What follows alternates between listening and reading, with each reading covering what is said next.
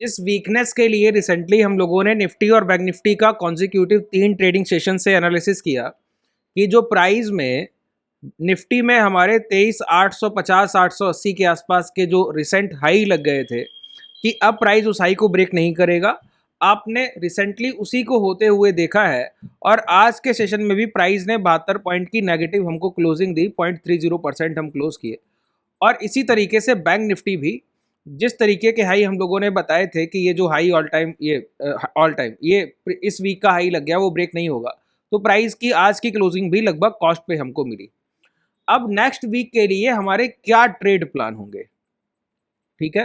और इसमें एक चीज कई लोगों ने पूछी कि अगर प्राइस में कोई ब्रेकडाउन होने को है या रिवर्सल होने को है तो उस रिवर्सल के टाइम पर, या फिर रिवर्सल नहीं भी होता है क्योंकि कोई स्विंग लो तो दोनों इंडेक्स में अभी रिसेंटली ब्रेक हो नहीं गए, तो अगर रिवर्सल अगर नहीं भी होता है तो अगर हाई ब्रेक होता है तो ऐसे टाइम पर आप बोलते हैं कि मैं बोलता हूं कि आपको अच्छे शेयर्स की खरीदारी करनी चाहिए, अच्छे जो इक्विटी है वहां पे आपको अपनी पोजीशन लेनी चाहिए। तो कई लोगों ने रिक्वेस्ट किया कि नेक्स्ट वीक के लिए, अगले हफ्ते के लिए, जो भी रिसेंट वीक चल रहा है उससे नेक्स्ट वीक के लिए जो भी हॉट पिक होते हैं, जो भी टॉप शेयर्स होते हैं आपकी ट्रेडिंग के लिए, उनको आइडेंटिफाई कैसे करें, पहचाने कैसे कि हमको इन्हीं शेयर्स में अगर अभी प्राइस निफ्टी और ब्रेकडाउन करके लो लगाने जाता है तो उन टाइम पर उन्हीं शेयर्स को हमको खरीदना है क्योंकि वो स्ट्रांग प्राइस है, ठीक है। या प्राइस रिसेंटली ये हाई ब्रेक करके मोमेंटम करता है, तो कौन से शेयर्स में हमको बाइंग प्लान करनी चाहिए, कहां पर हमको खरीदारी करनी चाहिए। इसके लिए मैं आपको एक बात बोलता हूं कि अगर आप निफ्टी 50 के इंडेक्स के जो अंडरलाइन शेयर्स हैं उन पे अगर आप अपनी नजर अच्छे से रखेंगे, ठीक है, जितने भी निफ्टी के अंडरलाइन शेयर्स हैं उन पे अगर आप अच्छे से नजर रखेंगे तो आपको सारे जितने भी सेक्टर हैं उन सभी सेक्टर का सेक्टोरल एनालिसिस अपने आप मिल जाएगा, आपको कुछ करने की जरूरत नहीं। जैसे मैं रिसेंटली अगर आपको बोलूं तो इस टाइम पर मेरा जो पर्सनल फेवरेट है, जहां पे मैं सबसे ज्यादा बाइंग कर रहा हूं अगर इक्विटी में, तो मैं आपको बोलूंगा कंज्यूमर सेक्टर, एफएमसीजी में मैं बाइंग कर रहा हूं, fast moving consumer goods. FMCG में अगर आप कोई भी शेयर उठा के देखेंगे, जहां पे आपको मिल जाएगा टाटा कंज्यूमर प्रोडक्ट्स मिल जाएगा, ब्रिटानिया मिल जाएगा, नेस्ले मिल जाएगा, इस तरह इमामी, ये जितने भी शेयर्स आपको मिलेंगे ना, ये सारे के सारे शेयर्स एक 5 से 7 साल के कंसोलिडेशन पीरियड को ब्रेक करने वाले शेयर्स हैं। जितना भी एफएमसीजी पूरे सेक्टर का एनालिसिस मैं आपको बता रहा हूं, ठीक है। जितना भी एफएमसीजी शेयर आप देखेंगे सभी का प्राइस आपको लगभग एक जैसा दिखेगा। अभी रिसेंटली अगर मैं आपको बोलूं तो आप टाटा कंज्यूमर प्रोडक्ट्स, ठीक है, मैं आपको चार्ट दिखाऊं टाटा कंज्यूमर प्रोडक्ट्स का, अगर यहां हो तो मैं आपको दिखाता हूं, नहीं तो यहां पे सर्च कर लेते हैं एक बार। जो टाटा का चार्ट है इसी तरीके का चार्ट आपको ये है, ये। अब जरा वीकली टाइम फ्रेम पे आइए इस चार्ट में आप, ठीक है। अब जरा देखने की कोशिश कीजिए, प्राइस में दो तरीके के करेक्शन होते हैं। पहला करेक्शन होता है प्राइस वाइज कि मार्केट ने मोमेंटम दिया, मोमेंटम करने के बाद उसका 40-50% करेक्ट किया, फिर प्राइस कंसोलिडेट किया थोड़ी देर, फिर ये हाई ब्रेक करने गया। तो इस मोमेंटम में अगर प्राइस को 2 साल लगे तो इस रिट्रेसमेंट में, पुल बैक में प्राइस को लगभग 6-7-8 महीना, 1 साल चला जाएगा। आज 6-7 महीने या कंसोलिडेशन में जाएगा, फिर ब्रेक करने आने में फिर 1 साल तक लगभग मान लीजिए। तो प्राइस 2 साल की रैली को दोबारा से उसी हाई को पकड़ने में दोबारा से 2 साल लगा रहा है, उसी हाई को ब्रेक करने में। ये हो गया प्राइस वाइज करेक्शन कि जितना प्राइस ने मोमेंटम दिया था उसका 40-50% करेक्शन दिया। लेकिन जो दूसरा करेक्शन तरीका होता है वो होता है टाइम वाइज करेक्शन कि प्राइस टाइम तो उतना ही लेगा 2 से 3 साल, लेकिन ये प्राइस का करेक्शन नहीं करेगा। प्राइस एक हाई लगाएगा, वही रुक जाएगा, 4-5 साल का कंसोलिडेशन करेगा, ठीक है। अगर आप इस रिसेंट मोमेंटम को देखें तो आपको यही देखने को मिलेगा। ये हमारे 2021 के हाई थे 800 के आसपास के टाटा कंज्यूमर प्रोडक्ट्स के, ठीक है। अब 2021 से लेकर अगर आप गौर करें अक्टूबर 2023 तक इसी 890 के आसपास प्राइस ने ये ब्रेकआउट किया, 885 या 900 की रेंज मान लीजिए, और डाउन साइड जो इसका लो था वो 680 का लो था। अब 880 और 680, इस 200 पॉइंट की रेंज में प्राइस ने कितने साल कंसोलिडेशन किया, लगभग 2.5 से 3 साल का कंसोलिडेशन है। फिर जब उसका ब्रेकआउट हुआ तो ब्रेकआउट के टाइम पर अभी रिसेंटली क्या हुआ, इंडेक्स में बिकवाली आ गई। तो उस इंडेक्स के मोमेंटम से प्राइस रिटेस्ट करने आया और इस हाई का मॉर्निंग मंथली टाइम फ्रेम पर एक तो ये वैलिडेशन हो चुका है। अब दूसरा वैलिडेशन कब होगा? जब ये हाई ब्रेक हो जाएंगे, ठीक है। और ये इसका क्या है? ये इसी रेंज का रिटेस्ट है, इसी रेंज का ये रिटेस्ट है, ठीक है। तो यहां पर अगर आप अभी अपनी बाइंग प्लान करेंगे, अगर और डिप मिले तो और खरीदिए, ठीक है। और ये मैं आपको बिल्कुल क्लियर बोलता हूं कि ये मोमेंटम हमारे लिए है, ये हाई जरूर ब्रेक होंगे 1200 के। ये एक बेस्ट इन्वेस्टमेंट अपॉर्चुनिटी है आपके पास इस टाइम पर। टाटा के जितने भी शेयर है उसमें ये आपके लिए टॉप पिक होना चाहिए। टाटा मोटर से तो थोड़ा दूर ही रहिएगा, ठीक है। अब इसी तरीके का जो मैंने आपको ये एफएमसीजी सेक्टर का चार्ट दिखाया ना, इसी तरीके का अगर आप कोई दूसरा चार्ट देखना चाहे तो मैं आपको बोलूंगा ब्रिटानिया, ठीक है। अगर ब्रिटानिया का चार्ट मैं आपको दिखाऊं, यहाँ पे निफ्टी 50 में आइए, ब्रिटानिया निफ्टी 50 का चार्ट पार्ट भी है। ये ब्रिटानिया इंडस्ट्रीज हमको मिल गया, यहाँ पे देखिए, ये चार्ट देखिए मंथली टाइम। आप बोलेंगे प्राइस तो 2022 से मोमेंटम है। अरे नहीं सर, देखिए ये प्राइस एक्शन है। ये हमारे 2018 के हाई थे ब्रिटानिया के 3500 के आसपास के, ध्यान से देखिएगा, ठीक है। 2018 के आसपास के क्या हाई थे हमारे ब्रिटानिया के? 3500 के आसपास के ये हाई थे, ठीक है। और उसके बाद रिसेंटली प्राइस जो लो लगाकर गया है वो 4500 के आसपास गया है।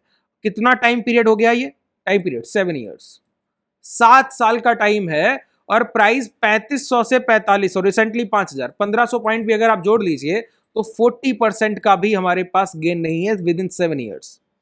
लेकिन प्राइस ने ये जो 2018 के हाई थे, इस हाई से लेकर इस रेंज तक ये कंसोलिडेशन फेज गुजारा। अब देखिए 4000 के आसपास का ये कंसोलिडेशन रेंज निकाला। जब ये अक्टूबर 2023 में, देखिए सिमिलर पैटर्न है, 2000 अक्टूबर 2023 का आपको ब्रेकआउट टाटा कंज्यूमर प्रोडक्ट्स का भी दिख रहा था, ठीक है। उसी तरीके का ब्रेकआउट आपको यहाँ ब्रिटानिया में भी दिख रहा है, देख पा रहे हैं। और यहां पर आप देखिए कि वहां उसके बाद ये 4-5 महीने का कंसोलिडेशन, रिटेस्ट, वहां से मोमेंटम। अब ये डिमांड रेंज है इसकी, ये जो आप रेंज देख रहे हैं ये परफेक्ट डिमांड रेंज है ब्रिटानिया का। और वहां से देखिए 4400 से एक पुल बैक हम देख चुके हैं। इसी टाइम पर रिलायंस ने भी पुल बैक दिया है, एचडीएफसी ने भी 1600 के आसपास से पुल बैक दिया है। तो ये सारे शेयर्स आपके लिए बाइंग अपॉर्चुनिटी में है। ये एक सबसे बेस्ट, देखिए निफ्टी 50 क्या है, 50 शेयर्स का एक आपके पास बास्केट है। मैं क्या बोलता हूं, अगर उस बास्केट में से आप 20 शेयर्स या 15 शेयर्स पिक कर लें, अच्छे जो इन्वेस्टमेंट अपॉर्चुनिटी है रिसेंट टाइम पे, वो लार्ज कैप इक्विटी, जब ये निफ्टी आपके 30,000 32,000 के हाई लगाएगा ना, वो आपको पर शेयर आपको 80% 70% कुछ डबल हो जाएंगे शेयर्स आपके सामने। तो ये आपका परफेक्ट पोर्टफोलियो। कई लोग बोलते हैं कि पोर्टफोलियो के लिए शेयर्स को ढूंढूं कैसे? अरे आपके सामने पहले से जो टॉप शेयर्स है फिफ्ट निफ्टी के 50, वो पहले से रखे हुए हैं, उन्हीं में से जो बेस्ट अपॉर्चुनिटी। आप बोलेंगे और क्या है? मैं बोलूंगा कोल इंडिया का चार्ट देखा आपने? कोल इंडिया ओएनजीसी का चार्ट देखा आपने? मैं आपको दिखाऊं, ये आपका ओएनजीसी का चार्ट है, देखिए जरा इसको अच्छे से। ये 2019 के आसपास के लो थे प्राइस में, 2020 के आसपास के। ये 2013 का हाई था। कब का? 2013 का हाई था, सोचिए आप। और 2013 की ये ऑल टाइम हाई थे, इसके पहले कोई हाई ऐसा लगा नहीं। 2013 के हाई फर्स्ट टाइम हम लोगों ने टेस्ट किया 2024 में और ब्रेक करने की कोशिश किया, लेकिन प्राइस ने सस्टेन नहीं किया, डाउनफॉल किया। मैं क्या बोलता हूं, ओएनजीसी का ये ऑल टाइम हाई अगर आप पहली बार ब्रेक करने जाएंगे तो कोई भी रेजिस्टेंस एरिया पहली बार ब्रेक करने में वैसे ही ब्रेक नहीं होता, ठीक है। तो आपने ब्रेक करने गए तो उसकी ट्रैपिंग आपने देख ली। अब जिन बायर्स ने भी इस 290 के ऊपर पार्टिसिपेट किया और वो प्राइस ये देख कर आया है ना, 290 के ऊपर पार्टिसिपेट करके 220, और उसने देखा है 350 का 340 का हाई भी, वो अब दोबारा जब ये हाई ब्रेक होंगे तो वो यहाँ पे इंटरेस्टेड है ही नहीं। और प्राइस का जो एक्चुअल कंसोलिडेशन रेंज था वो ये था, ठीक है, ये रेंज था, ये ब्रेकआउट होना था।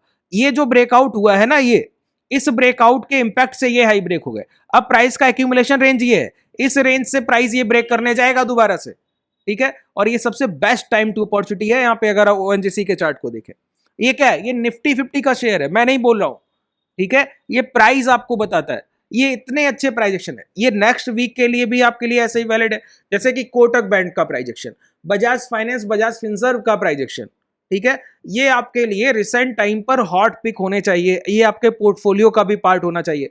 जो नेक्स्ट बुल रन आएगा, जो डाउ थ्री बोलता है 5 बुल रन, ये दूसरा था निफ्टी का, अब तीसरे की शुरुआत होगी, बिगनिंग होगी, जब भी होगी इस साल हो जाएगी, इस ईयर तो होना ही है, तो तय मानिए आप, है ना। तो आप मान के चलिए कि ये सारे शेयर्स जो आपके सामने ये अपॉर्चुनिटी लेकर खड़े हैं ना, यही 246 का शेयर आपको जब 600 मिलेगा तब आप बाइंग कर रहे होंगे इसी ओएनजीसी के शेयर में। सोचिए आप, कितना बेस्ट अपॉर्चुनिटी है आपके लिए। आप ऐसे शेयर्स में खरीदारी कर रहे हैं मिड कैप स्मॉल कैप में, जहां उनका 80% वो 60% टूट भी गए, अब नेक्स्ट रैली में रिकवरी करेंगे या नहीं करेंगे? क्योंकि पहली और दूसरी जो निफ्टी की रैली थी वो लार्ज कैप ने नहीं लाई, वो लाई मिड कैप और स्मॉल कैप ने। अब मिड कैप और स्मॉल कैप में इतनी जो बिकवाली हुई है, इस पैसे का अब शिफ्टिंग कहां होगा? लार्ज कैप की तरफ। वो दिख रहा है, रिसेंट टाइम पर हो रहा है। अगर आप ये सारे चार्ट जो मैंने आपको टाटा कंज्यूमर का चार्ट दिखाया, प्राइस में इतना बड़ा सप्लाई है, इंडेक्स में इतनी बड़ी सप्लाई है, मिड कैप स्मॉल कैप इतने गिर गए, क्या ये प्राइस अपना ट्रेड होकर जो 1170 के हाई थे वहां से क्या 500 आ गया? क्या 40-50% करेक्शन दिख रहा है क्या? नहीं ना, कहीं दिख रहा है आपको 40-50% करेक्शन है? मैंने ब्रिटानिया का भी आपको चार्ट दिखाया, वहां कहीं दिख रहा है कि आपको 40-50% का करेक्शन है? अभी रिलायंस का मैं आपको चार्ट दिखाऊं यहीं पे, कितना बेहतर प्राइस था, मैंने आपको बहुत अच्छे भाव पे खरीदारी कराई थी रिलायंस की, ठीक है, इस बॉटम के पास बाइंग कराई थी। देखिए ये 4 महीने का कंसोलिडेशन आपके सामने है, दिसंबर से लेके अभी तक का, क्या उतना बड़ा करेक्शन आपको दिखता है? और यही इसका बाइंग रेंज है 2021 के आसपास का। तो अब ये लार्ज कैप की रैली का टाइम है, जितना आपका इस समय पर पैसा लगा होना चाहिए उसका 60-70% सिर्फ लार्ज कैप में इन्वेस्टेड होना है इस टाइम पे। ये बात ध्यान रखिए। पोर्टफोलियो बिल्डिंग का ये आपके पास सबसे बेहतरीन तरीका मैं आपको बता रहा हूं रिसेंट टाइम पे, जो आने वाले फ्यूचर के लिए सबसे बेस्ट साबित होगा आपके लिए। इससे बेस्ट अपॉर्चुनिटी आपको नहीं मिलेगा ट्रेड करने के लिए, ध्यान रखिए, ठीक है।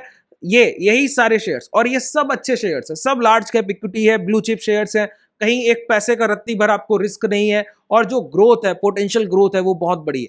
जितना भी पैसा मिड कैप स्मॉल कैप से निकला है, जितना भी आप इस टाइम पर डीआई डोमेस्टिक इंस्टीट्यूशंस को खरीदते हुए देखते हैं ना डेटा में, जैसे आज 44-4500 करोड़ की एफआईआई की सेलिंग है और 7600 करोड़ की डीआई की बाइंग है। इस डेटा को मंथली टाइम फ्रेम पर एनएसई नेशनल स्टॉक एक्सचेंज की साइट पे जाके ट्रैक किया कीजिए। आपको 15 दिन के बाद वो डेटा अपडेट होता है, 15 दिन के लेट होता है वो। अगर आप उसको ट्रैक करेंगे आपको समझ आएगा कि जितना भी पैसा है वो पूरी तरीके से पार्क किया गया है लार्ज कैप में। आप देखिए ना, एचडीएफसी बैंक का चार्ट आपने देखा है, लार्ज कैप इक्विटी सारे शेयर्स गिरते रहेंगे, लार्ज कैप नहीं गिरेगा। ये देखिए 2021 के हाई हमारे 1633 थे, ठीक है, और वही इन्वर्टेड हैमर अब ये सारे हाई ब्रेक हो रहे हैं आपके सामने। ये मोमेंटम फेज है, बैंक निफ्टी उतना आप करेक्ट नहीं करेगा क्योंकि बैंक निफ्टी के सारे शेयर डिमांड में। आप एसबीआई को देखिए, बॉटम लग चुका है एसबीआई का, अब उससे ज्यादा बॉटम नहीं लगेगा एसबीआई का, ठीक है।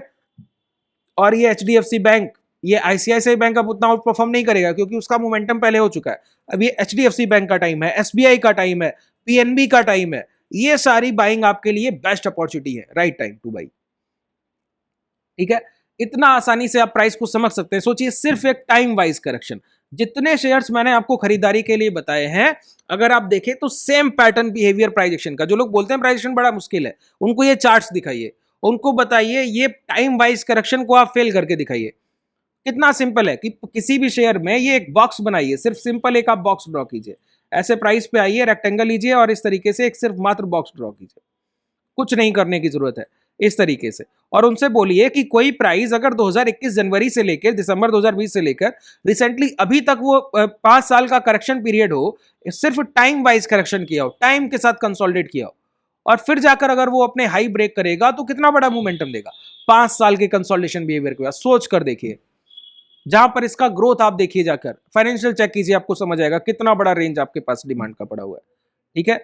ये जो मैं चार्ट यूज कर रहा हूं ना, ये धन का चार्ट है, इसका लिंक डिस्क्रिप्शन में है। अगर आप हमारी अंडर फ्रेंचाइज ये लर्निंग्स आपको पसंद आती हैं तो हमारे फ्रेंचाइज के पार्ट बनने के लिए अपने डीमेट को इस लिंक के थ्रू ओपन कर सकते हैं, ठीक है। आज के लिए पर्याप्त है, अगर कोई डाउट रह गया हो तो नीचे कमेंट सेक्शन में बताइएगा। अगर आप निफ्टी और बैंक निफ्टी का वीकली एनालिसिस का वीडियो चाहते हैं, पूरा एक कंप्लीट सेशन चाहते हैं, तो मैं कल दोपहर में करूंगा। उसके लिए आप लोग जितना हाईएस्ट कमेंट करेंगे तो कल दोपहर का ही सेशन मैं आपके लिए जरूर करूंगा। शुभ रात्रि, धन्यवाद।